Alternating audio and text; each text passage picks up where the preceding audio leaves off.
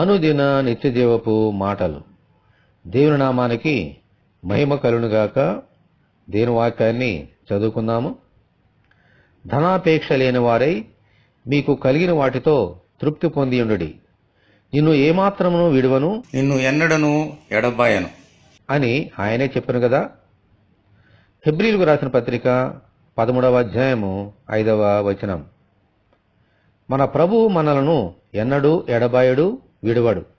ఈ వాగ్దానాన్ని నెరవేర్చడానికే యేసయ్య ఇమ్మానుయేలుగా ఈ లోకములో అవతరించారు.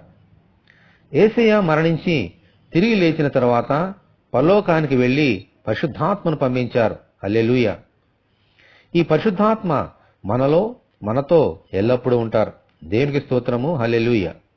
అయితే ఈ దేవుని సన్నిధిని అనుదినము అనుభవించాలి అనంటే మనలో ఎటువంటి ధనాపేక్ష ఉండకూడదు. ఎందుకంటే మనము ధనాన్ని, దేవుని ప్రేమించలేము. ధనాపేక్షను దూరంగా ఉంచినప్పుడే దేవుడు మనకు దగ్గరగా ఉంటారు. మనకు కలిగి ఉన్న వాటితో తృప్తి పొందుటకు నేర్చుకుందాం.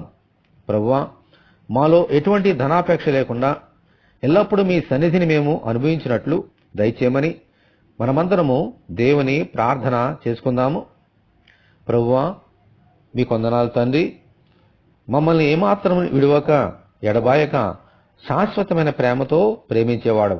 అందుకనే మేము ఒంటరిగా ఈ లోకంలో ఉండకుండానట్లు మీ యొక్క పరిశుద్ధమైన ఆత్మను ఈ లోకంలోనికి మా యొద్దకు పంపించారు.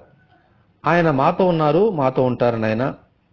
అందుచేత ఆయన సన్నిధిని అనుభవిస్తూ ఎటువంటి ధనాపేక్ష లేని వారమై మిమ్మల్ని ప్రేమిస్తూ మీరు మాకిచ్చిన వాటితో సంతృప్తి పొందుచు ఈ లోకములో జీవించినట్లుగా మీ కృప మాకు అనుగ్రహించి మీ ఆత్మ ద్వారా ఎల్లప్పుడూ నడిపించమని, ఈ వాక్యం వింటున్న నీ బిడ్డలందరినీ దీవించమని యేసు అతి పరిశుద్ధమైన నామములో ప్రార్థన చేయుచున్నాము తండ్రి. ఆమెన్. దేవుని కృప మనకందరికీ తోడేనుగాక. ఆమెన్. పరిశుద్ధ దేవుని మందిరం.